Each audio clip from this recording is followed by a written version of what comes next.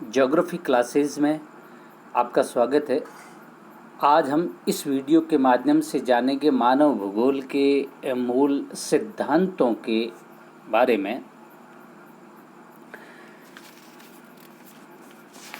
मानव भूगोल में हम जिन प्राकृतिक, सांस्कृतिक और मानवीय तथ्यों का अध्ययन करते हैं वे सभी तथ्य परिवर्तनशील है और परिवर्तनशील होने के साथ साथ में ये सभी तथ्य पारस्परिक रूप से एक दूसरे से अंतर संबंधित भी है तथा ये सभी तथ्य पार्थिव एकता का सर्जन करते हैं।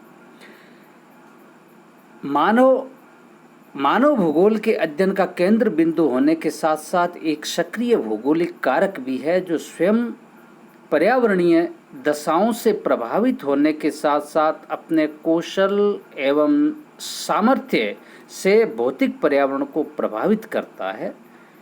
इस प्रकार पृथ्वी पर मानव प्रारंभ से ही भौतिक पर्यावरण के साथ समायोजन हेतु निरंतर प्रयासरत है। अतः भौतिक पर्यावरण के साथ मानव के पारस्परिक अंतर संबंधों एवं समायोजन को समझने हेतु मानव भूगोल में मुख्य रूप से 3 सिद्धांतों का अध्ययन किया जाता है। इन 3 सिद्धांतों में पहला सिद्धांत है क्रियाशीलता का सिद्धांत, जिसे हम प्रिंसिपल ऑफ एक्टिविटी कहते हैं, या इस सिद्धांत को हम परिवर्तन का सिद्धांत भी कहते हैं, प्रिंसिपल ऑफ चेंज। जो दूसरा मानव भूगोल का प्रमुख सिद्धांत है वह है पार्थिव एकता का सिद्धांत। इसे हम प्रिंसिपल ऑफ टेरेस्ट्रियल यूनिटी भी कहते हैं, या इसका दूसरा नाम है अंतर संबंध का सिद्धांत यानी कि प्रिंसिपल ऑफ इंटर रिलेशनशिप। मानव भूगोल का जो तीसरा सिद्धांत है वह है क्षेत्रीय विभेदीकरण का सिद्धांत। इसे हम प्रिंसिपल ऑफ एरियल डिफरेंशिएशन कहते हैं और इस सिद्धांत का ही दूसरा नाम क्षेत्रीय विविधता का सिद्धांत भी कहते हैं, जिसे हम प्रिंसिपल ऑफ एरियल डाइवर्सिटी के नाम से जाना जाता है। आज हम इस वीडियो के माध्यम से केवल मानव भूगोल के 3 सिद्धांतों में से एक सिद्धांत का प्रमुख रूप से अध्ययन करेंगे और उस सिद्धांत का जो नाम है वह है क्रियाशीलता का सिद्धांत या परिवर्तन का सिद्धांत, प्रिंसिपल ऑफ एक्टिविटी और प्रिंसिपल ऑफ चेंज। आप सभी को पता है कि पृथ्वी के साथ साथ पृथ्वी पर जितनी वस्तुएं हैं वो सभी परिवर्तनशील है। भौतिक पर्यावरण, मानवीय एवं सांस्कृतिक घटक, ये सभी निरंतर रूप से परिवर्तनशील है। अतः सामान्यतः ये कहा जाता है कि परिवर्तन प्रकृति का एक शाश्वत नियम है। इसी कारण पृथ्वी के समस्त घटक है वो निरंतर रूप से क्रियाशील है। प्रसिद्ध फ्रांसीसी भूगोलवेता जेन ब्रुन्स ने अपनी पुस्तक ह्यूमन ज्योग्राफी में इसी क्रियाशीलता सिद्धांत के संबंध में लिखा है, यानी कि जो पृथ्वी पर जितनी वस्तुएं हैं वो सारी परिवर्तनशील है। इसी संबंध में उन्होंने लिखा है कि हमसे संबंधित प्रत्येक चीज परिवर्तित हो रही है, प्रत्येक चीज बढ़ रही है या घट रही है, वास्तव में कुछ भी स्थिर नहीं है। यानी कि जेम्स ब्रुन्स महोदय का कहने का मतलब यह है कि इस पृथ्वी पर जितने भी प्राकृतिक हो, चाहे वो मानवीय हो, चाहे वो सांस्कृतिक घटक हो, वे निरंतर रूप से परिवर्तनशील है, सक्रिय है, स्थिर नहीं है। प्रकृति के नियमानुसार ही संसार में प्रत्येक जीव, चाहे वो अजीव, की उत्पत्ति, विकास और उसका विनाश होता है, जिसे हम सामान्यतः जीवन चक्र कहते हैं। और इस जीवन चक्र में उत्पत्ति से लेकर के विनाश तक का समस्त वर्णन शामिल होता है। जैसे कि हम ये मान सकते हैं मानव का विकास क्रम देखा जाए तो बाल्यावस्था, बाल्यावस्था से युवावस्था, युवावस्था से प्रौढ़ावस्था, प्रौढ़ावस्था से वृद्धावस्था, ये सारी अवस्थाएं लगभग जितने भी भौतिक हो, चाहे सांस्कृतिक हो, चाहे मानवीय घटक हो, इनके विकास क्रम से जुड़ी हुई है। जैसे हम उदाहरण के रूप में देखें, जितनी भी भौतिक दृश्य घटनाएं हैं जिसमें पर्वत है, पर्वतों में यदि हम अरावली को देखें जो कि मुख्य रूप से प्रीकैम्ब्रियन युगीन पर्वत श्रृंखला है, आज वह अन्नाच्छादन की क्रिया से विश्व के अवशिष्ट पहाड़ियों की श्रेणी में शामिल हो गया। यानी कि इसका अपरदन इतना हो चुका है कि उसका जो आकार और ऊंचाई है वो घट गई है। दूसरी तरफ यदि हम देखें तो हिमालय पर्वत जिसकी ऊंचाई विश्व में सर्वाधिक है और यह पर्वत है, इसे हम विश्व के नवीनतम पर्वतों के श्रेणी में शामिल करते हैं। यानी कि पृथ्वी पर ये क्रियाएं निरंतर रूप से घटित हो रही है। जलवायु के संबंध में यदि देखें तो जलवायु से संबंधित जितने भी घटक हैं,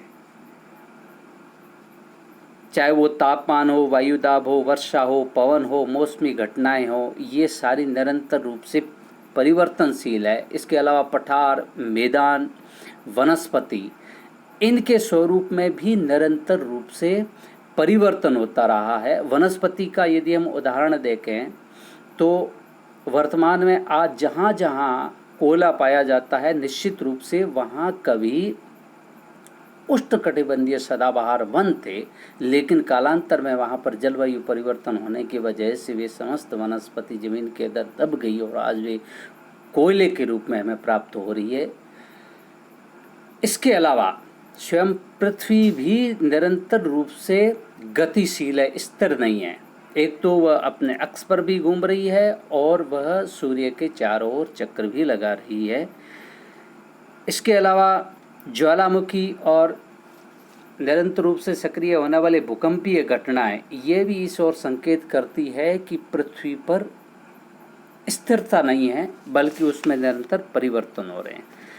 ये हमने जितने उदाहरण बताए थे, ये सारे उदाहरण थे भौतिक दृश्यों से संबंधित। अब यदि हम सांस्कृतिक भूदृश्य, वे सांस्कृतिक भूदृश्यों में हम उन्हें शामिल करते हैं जो मानव की गतिविधियों के द्वारा निर्मित होते हैं या मानव के कार्यों से निर्मित होते हैं। ये भी निरंतर रूप से परिवर्तनशील है।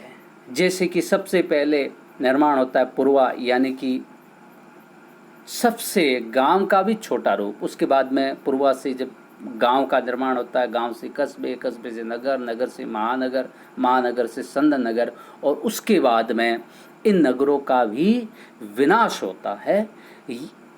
ये सारी चीज़ें यदि हम ऐतिहासिक परिप्रेक्ष्य में देखें तो भी हमें ये देखने को मिलेगा कि किस तरह से महानगरों का विकास हुआ और उनका विनाश हुआ। तो ये चीज़ें हमें बताती है कि पृथ्वी पर कुछ भी स्थिर नहीं है, यानी कि उसमें निरंतर रूप से परिवर्तन हो रहा है। अब यदि पृथ्वी पर हो रहा है परिवर्तन, तो ऐसी क्या शक्तियां हैं जिस वजह से पृथ्वी के भूतल या पृथ्वी के निचले भाग में, यानी कि उसके भूगर्भ में निरंतर रूप से परिवर्तन हो रहा है? तो उन शक्तियों को हम मुख्य रूप से 3 भागों में बांट सकते हैं, जिसमें पहली है भौतिक शक्ति। भौतिक शक्ति में हम 3 उपविभाजन करते हैं। भौतिक शक्ति का जो पहला उपभाजन है वो है पृथ्वी की आंतरिक शक्तियां, यानी कि पृथ्वी के आंतरिक भाग से जितनी भी शक्तियां उत्पन्न होती है उन्हें हम पृथ्वी के आंतरिक शक्तियों के रूप में शामिल करते हैं। और यही शक्तियां पृथ्वी पर असमानता की जनक है, यानी कि पृथ्वी पर जितने पठार, मैदान, झील, जो पर्वत जो हमें वर्तमान में दिखाई देते हैं, इन सब के मूल में है वो है पृथ्वी की अंतर्जात शक्तियाँ। ये शक्तियाँ 2 तरह से काम करती हैं। एक वे शक्तियाँ होती है जिसका असर होता है दीर्घकालिक, जिसमें पर्वत, पठार, मैदान, महाद्वीपों पर उन्मजन और निम्नजन की क्रियाएं होती हैं। और दूसरी वे क्रियाएं होती हैं जो आकस्मिक रूप से संपन्न होती है, और आकस्मिक रूप से संपन्न होने वाली घटनाएं हैं उसमें हम शामिल करते हैं ज्वालामुखी और भूकंप को।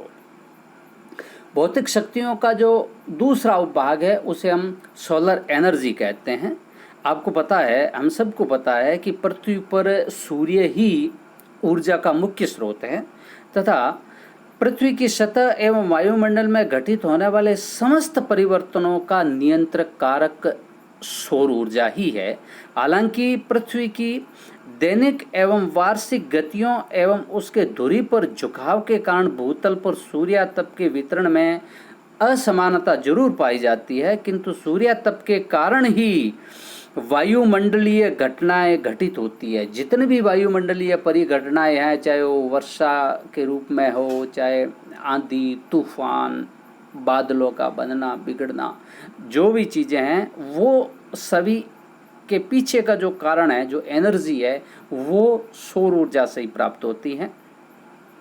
और ये सभी जो भी ये वायुमंडलीय घटनाएं घटित होती है, ये सभी घटनाएं पृथ्वी पर जीवधारियों को प्रभावित करती है। भौतिक शक्तियों का जो तीसरा रूप है उसे हम शामिल करते हैं गुरुत्वाकर्षण शक्ति के रूप में। हालांकि गुरुत्वाकर्षण शक्ति एक अदृश्य शक्ति है जो हमें दिखाई तो नहीं देती, लेकिन यह वह शक्ति है जो भूतल पर समस्त वस्तुओं एवं जीव समुदाय को नियंत्रित करती है। और इसके अलावा वायुमंडल जो पृथ्वी के चारों ओर पाया जाता है, उसको पृथ्वी के चारों ओर समेटे रहने में भी इस गुरुत्वाकर्षण शक्ति का महत्वपूर्ण योगदान है। परिवर्तनकारी शक्तियों का दूसरा जो प्रकार है वो है जैविक शक्तियाँ। जैविक शक्तियों में कौन कौन शामिल हैं? पेड़ पौधे और जीव जंतु। ये भी पृथ्वी पर परिवर्तन करने हेतु निरंतर क्रियाशील है, यानी कि सक्रिय घटक है। वनस्पति चट्टानों के विखंडन एवं मृदा के निर्माण में सहायक हैं। जीव जंतु भी धरातलीय स्वरूप में परिवर्तन लाने में सहायक है। ये निरंतर रूप से पृथ्वी पर सक्रिय रहते हैं और इन्हें हम जैविक शक्तियों में शामिल करते हैं। परिवर्तनकारी शक्तियों का जो तीसरा प्रकार है वो है मानव शक्ति, यानी कि पृथ्वी पर यदि सबसे ज़्यादा सक्रिय रूप से शक्ति कोई काम कर रहा है तो वह मानव है। मानव पृथ्वी पर सबसे प्रमुख क्रियाशील शक्ति है जो पृथ्वी के भौगोलिक स्वरूप में निरंतर परिवर्तन कर रहा है। यदि पृथ्वी के भौगोलिक स्वरूप में सबसे ज़्यादा प्रभावित और परिवर्तन किया है तो मानव के क्रियाकलापों ने ही किया है। मनुष्य पृथ्वी पर प्राकृतिक भूदृश्यों को बदल करके सांस्कृतिक भूदृश्यों का निर्माण करता है। इस प्रकार पृथ्वी पर जो हमें सांस्कृतिक भूदृश्य, जिसे हम कल्चरल लैंडस्केप कहते हैं, जो दिखाई देते हैं, उनके पीछे जो मुख्य बुद्धि काम कर रही है वह मानव है।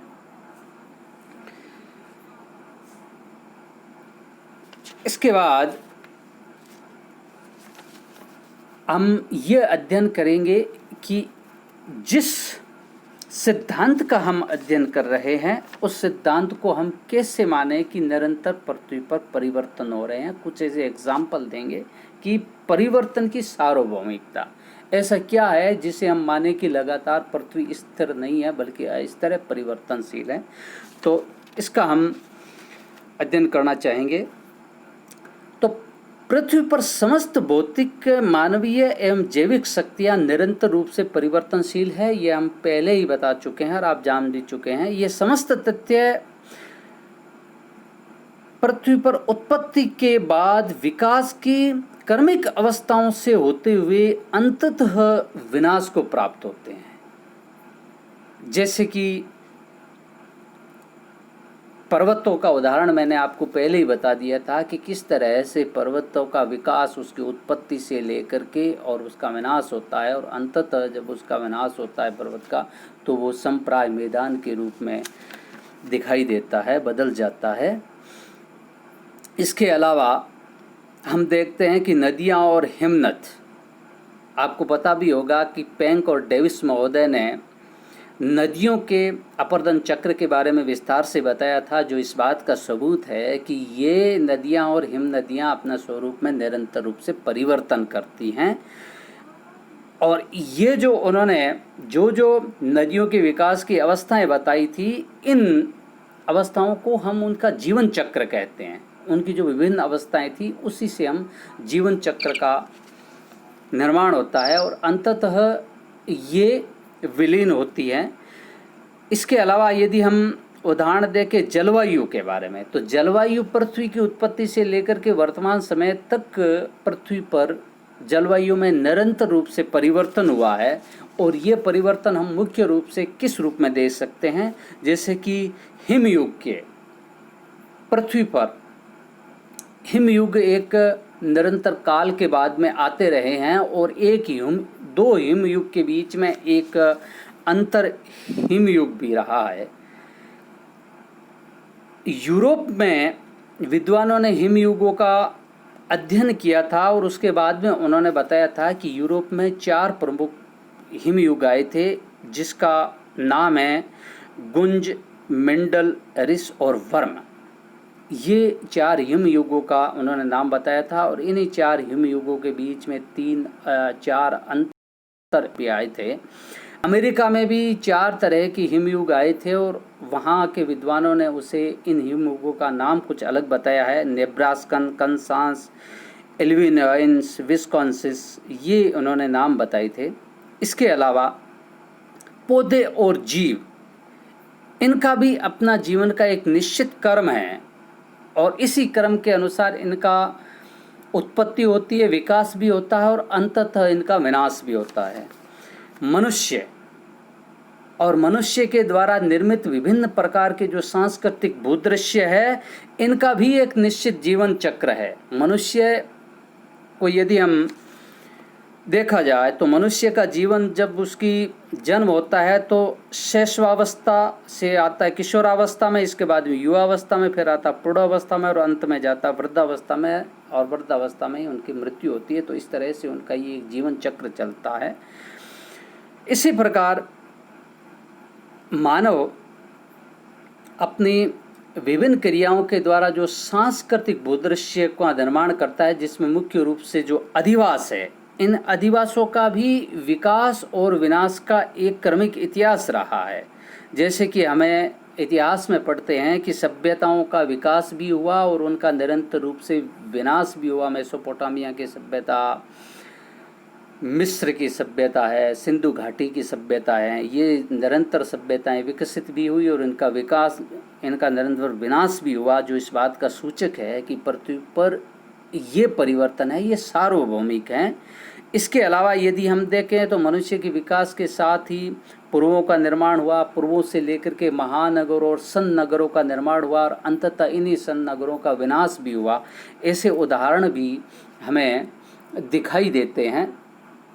इसमें किसी प्रकार की संदेह नहीं होना चाहिए कि पृथ्वी पर निरंतर रूप से जो भी भौतिक दशाएं हैं, चाहे वो मानवीय दशाएं हैं, चाहे वो सांस्कृतिक दशाएं हैं, वो परिवर्तनशील है और परिवर्तन निरंतर रूप से हो रहा है। ये हमने जो उदाहरण के द्वारा समझने की कोशिश की है कि किस तरह ये इसी सार्वभौमिकता को स्वीकार करता है। इसके अलावा नगरों का विकास और उनका विनाश का भी एक क्रमिक इतिहास रहा है। जैसे कि सिंधु घाटी सभ्यता में हड़प्पा और मोहनजोदड़ो जैसे प्रसिद्ध नगरों का विकास हुआ और विनाश भी हुआ। इसके अलावा भारत में नालंदा, तक्षशिला, कौशाम्बी जैसे नगरों का विकास भी हुआ और विनाश भी हुआ। आज भी अस्तित्व में नहीं है और वर्तमान में भारत में दिल्ली, मुंबई, कोलकाता, चेन्नई जैसे महानगर हैं। हो सकता है कि आने वाले समय में इनका भी अस्तित्व न बचे। तो इस तरह से पृथ्वी पर निरंतर रूप से परिवर्तन जारी है, इसमें स्थिरता नहीं है। जीन्स ब्रूंस महोदय ने जो शुरुआत में कहा था कि निरंतर रूप से जो कुछ हमें दिखाई दे रहा है वह परिवर्तन हो रहा है, उसमें सत्यता है। अंत में हम बात आते हैं निष्कर्ष पर कि मानव भूगोल के इस सिद्धांत में जो हमने पढ़ा है क्रियाशीलता का सिद्धांत, या इसे हम कहते हैं परिवर्तन का सिद्धांत, इस सिद्धांत का आखिर निष्कर्ष क्या है? तो सबसे बड़ा निष्कर्ष तो यह है कि पृथ्वी पर जो समस्त भौतिक, मानवीय और सांस्कृतिक दृश्य हमें दिखाई देते हैं वो निरंतर रूप से परिवर्तनशील हैं, और ये समस्त अपने उत्पत्ति के पश्चात विकास के कर्मिक चक्र को पूर्ण करके विनाश को प्राप्त करते हैं। इस प्रकार सभी तथ्यों का एक निश्चित जीवन चक्र होता है जो परिवर्तन के नियम से नियंत्रित होते हैं। अतः भौगोलिक अध्ययनों में क्रियाशीलता या परिवर्तन का सिद्धांत बहुत महत्वपूर्ण है, जो मानव भूगोल के विश्लेषण को सुगम और सार्थक बनाता है। आज के इस वीडियो में हम केवल मानव भूगोल के क्रियाशीलता का सिद्धांत या परिवर्तन के सिद्धांत का ही अध्ययन किया है। अगले वीडियो में हम मानव भूगोल के दूसरे सिद्धांत का अध्ययन करेंगे। इस वीडियो को देखने और सुनने के लिए आप सभी का आभार।